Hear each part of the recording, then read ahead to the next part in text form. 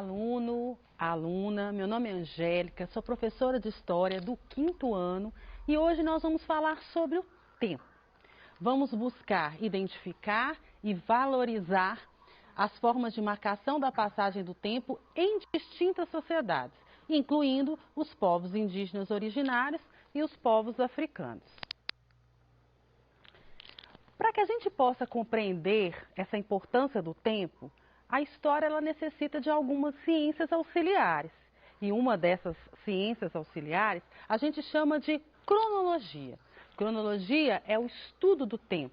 E por meio do tempo, desse estudo do tempo, nós conseguimos perceber, e as sociedades também em diferentes tempos, civilizações em diferentes tempos, conseguiram aí perceber e organizar as suas atividades cotidianas, controlando assim o seu dia a dia.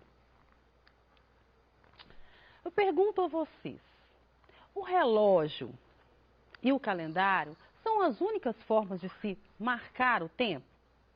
Tic-tac, tic-tac. Muitas das vezes a gente pensa que é o relógio e o calendário que organizam e que administram o nosso tempo. Mas nem sempre foi assim. Antigamente, as pessoas contavam ou marcavam o tempo observando o posicionamento do Sol e as mudanças em que ele vai sofrendo de posição. À noite, observavam também as variações celestes, inclusive as fases da Lua. Por esse motivo, nós podemos dizer que há diferentes formas de se contar o tempo, de se marcar o tempo. Se vocês estiverem num ambiente rural, por exemplo, vocês vão ouvir o galo tocar, dizendo que o dia está começando. Ou até mesmo quando as folhas das árvores caem. Então, o tempo possui diferentes formas de ser marcado. Mas a gente não poderia também deixar de falar que ainda hoje, apesar de muitos de nós acreditarmos que é só o tempo, que o tempo é marcado apenas pelo relógio ou através do calendário, nós vemos aqui também esclarecer que existem outras comunidades que ainda utilizam essas formas antigas de se contar o tempo, sem o uso da tecnologia. Como, por exemplo, as comunidades quilombolas, grupos indígenas, que ainda hoje praticam utilizam outros tipos de forma de se contar o tempo, como por exemplo o ciclo da coivara. A gente percebe, ao analisar esse ciclo, a forma como esses quilombolas, como os indígenas, eles contam o tempo, utilizando-se de quê? O tempo da natureza. A gente percebe aqui, analisando esse ciclo, que no primeiro momento eles escolhem um lugar onde eles vão plantar. Esse tipo de agricultura, que é o que a gente está falando aqui, normalmente é chamada de agricultura de subsistência ou agricultura itinerante, porque eles não ficam no mesmo lugar, eles vão em busca de outros lugares e a preocupação é simplesmente também, não só com relação à sua sobrevivência, mas simplesmente também promover ali uma reabilitação desse espaço, dessa natureza. Então vejam comigo, primeiro eles escolhem um lugar, depois eles cortam aquela vegetação, arrancam aquela vegetação que a gente chama de vegetação rasteira, que é uma vegetação que não cresceu por falta de luminosidade, por falta de água, e algumas árvores que estão próximas ali. Em seguida, eles fazem uma queimada que a gente chama de queimada controlada. Isso quer dizer que eles utilizam-se das cinzas para poder fertilizar a terra, mas que a preocupação também não é que esse fogo se alastre. A gente já viu aí muitos problemas relacionados a queimadas nas florestas. E não é o caso aqui do ciclo da coivara. Então, essa queimada ela é controlada. Essas cinzas fertilizam, aram a terra de uma forma que possa deixar essa terra mais bem preparada ali para receber a semente. Em seguida, eles fazem o plantio, depois o tempo de colher. Eles repetem esse ciclo aí por 2 e 3 anos, depois eles abandonam esse lugar. O objetivo de abandonar é não extrair demais daquele solo, daquele espaço, ao ponto de deixar aquele lugar, aquele terreno infértil, né? O objetivo é justamente fazer com que a natureza respire e volte novamente a florescer. Então a gente percebe por meio do ciclo da coivara que o tempo aqui é o tempo da natureza, é o que a gente chama de tempo natural. Então nós vimos até aqui, nesse estudo sobre o tempo, que existem várias formas de se marcar ou de se contar a passagem desse tempo aí. E não é somente pelo relógio, não é somente com o uso da tecnologia. Estamos entendidos? Vimos que existem várias formas de marcar o tempo, mas de onde surgiu essa necessidade da gente buscar controlar ou marcar o tempo?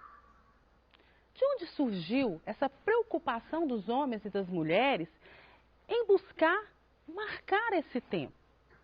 Para a gente responder essa pergunta, a gente vai ter que recuar um pouco no tempo. A gente vai ter que ir lá no início da história da humanidade. Lá no primeiro momento da história da humanidade, que a gente vai chamar de pré-história humana. De acordo com alguns arqueólogos, de acordo inclusive com as últimas descobertas arqueológicas, desde quando o homem pisa na Terra, até os dias de hoje, há uma preocupação de se marcar a passagem desse tempo aí. Por diversas razões, seja por motivos religiosos, seja por motivos agrícolas, seja por motivos, inclusive, astronômicos, ou seja, por causa do estudo de fenômenos celestes. Importante, então, dizer que essa marcação do tempo não é uma preocupação somente nossa, né?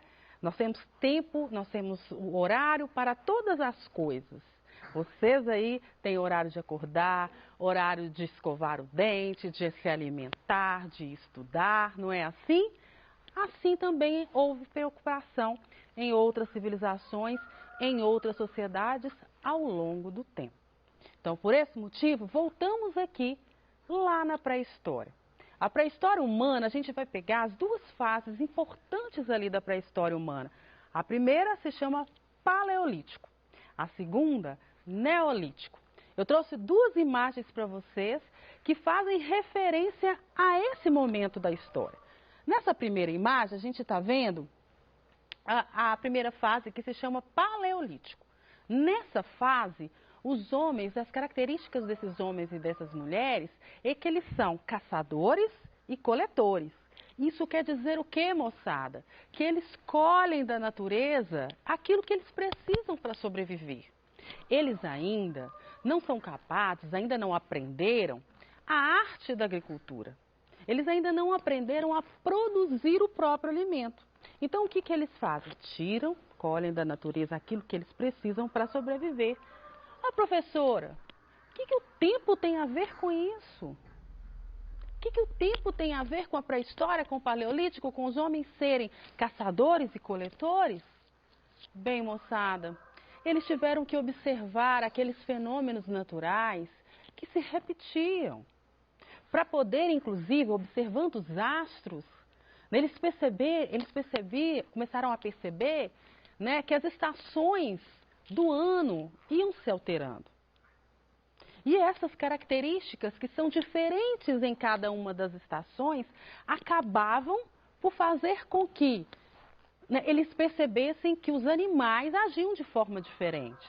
Eles começaram a perceber, por exemplo, que essas estações acabavam interferindo no comportamento desses animais, que eram a sua caça. Então, eles já sabiam, a partir desse momento, como e quando caçar. Estamos entendidos? Então, o tempo era muito importante. O estudo desse tempo, a marcação desse tempo, foi importante para a sobrevivência desses primeiros homens. Chegando no Neolítico, na fase em que agora sim o homem deixa de ser somente um caçador e um coletor e passa a ser agora um caçador, um coletor, um agricultor e um pastor. O que quer dizer isso? Moçada, no Neolítico, o homem, as mulheres, eles vão aprender a produzir o próprio alimento.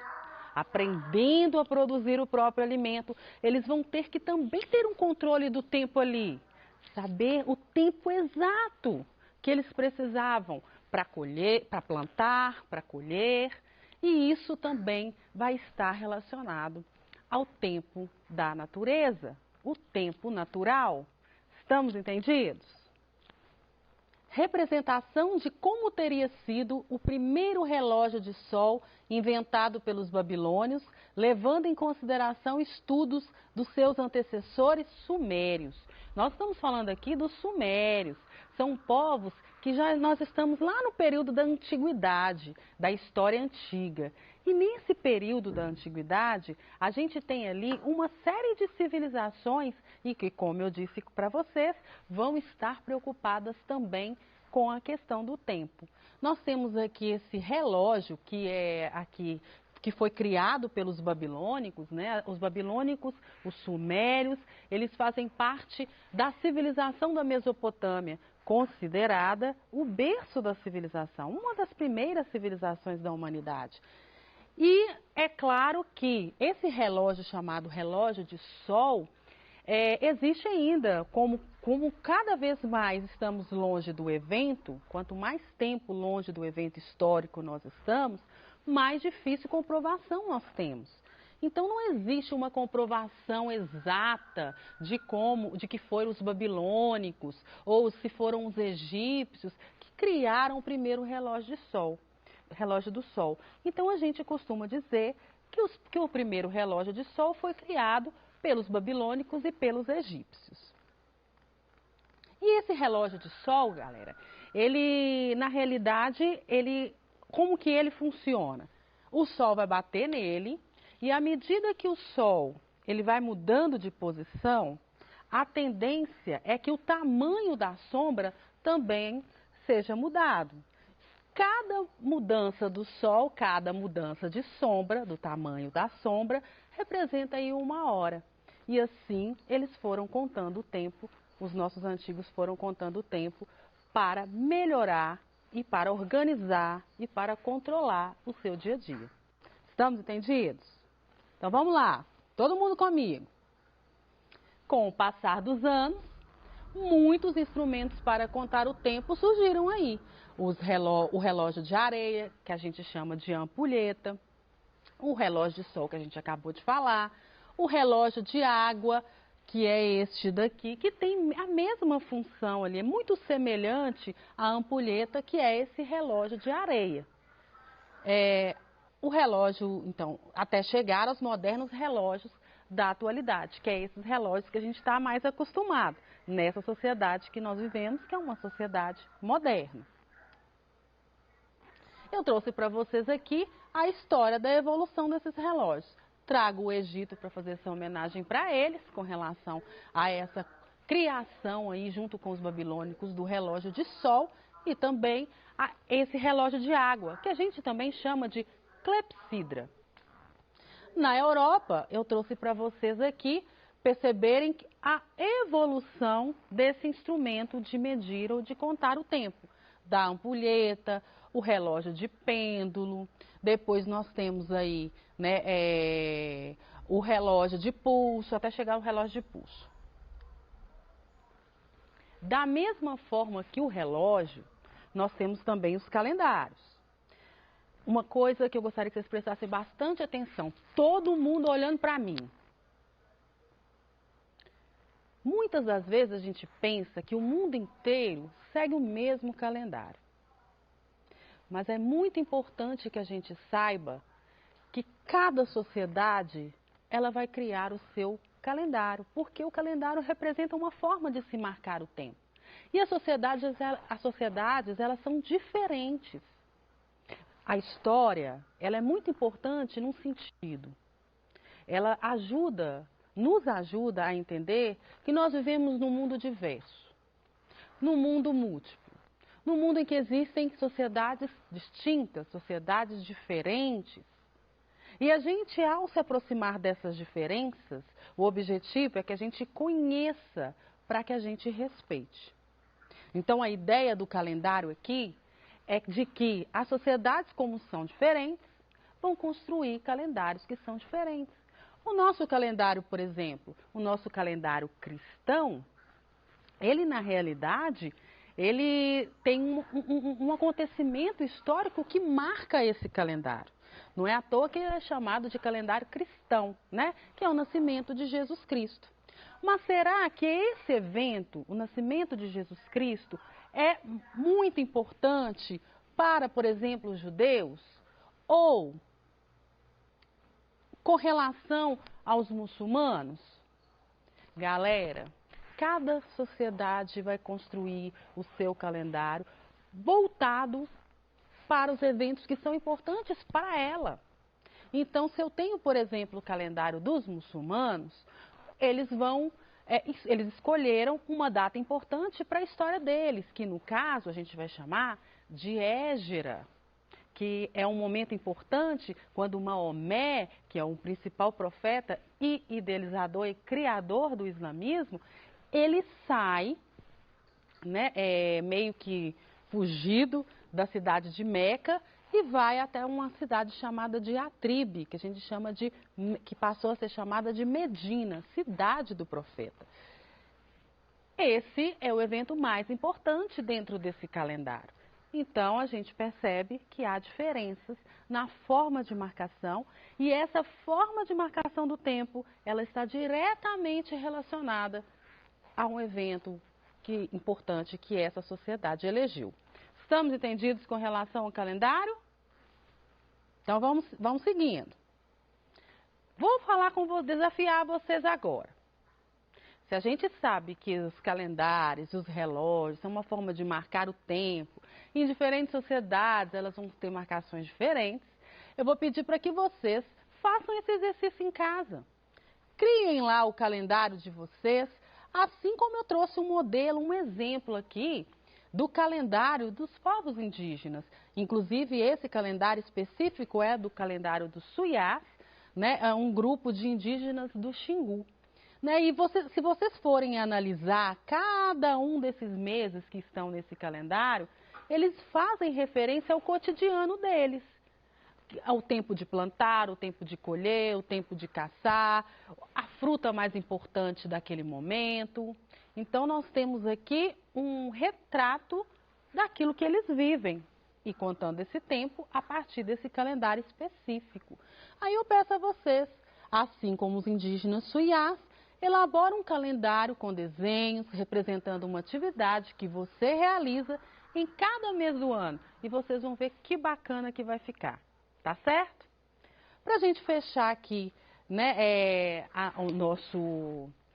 nossa aula, eu trouxe algumas atividades para gente para ver se a gente está alinhadíssimo e está tudo certo aí. Vamos ver?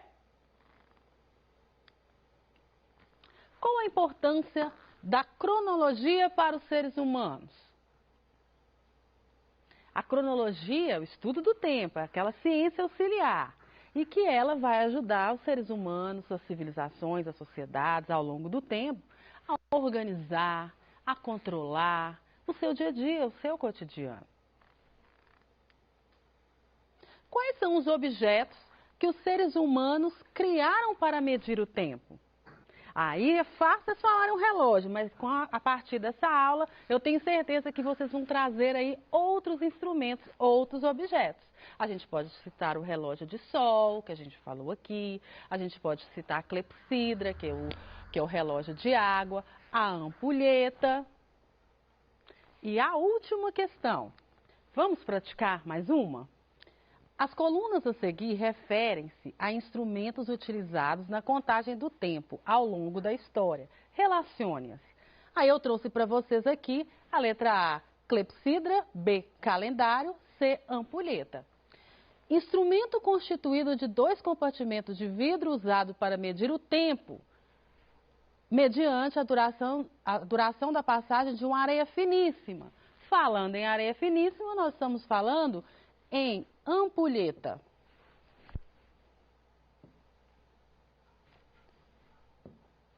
Então, vamos marcar aqui, ó, C. Relógio de água consiste em 2 recipientes, o superior contendo o líquido e o inferior vazio, O tempo é medido conforme a água. Falamos em água, falamos na clepsidra. Então, marcamos a A aqui. E para finalizar, instrumento para calcular a sucessão dos dias, meses e anos, nós estamos falando do calendário. No mais, espero que vocês tenham gostado. Um forte abraço e até a próxima aula.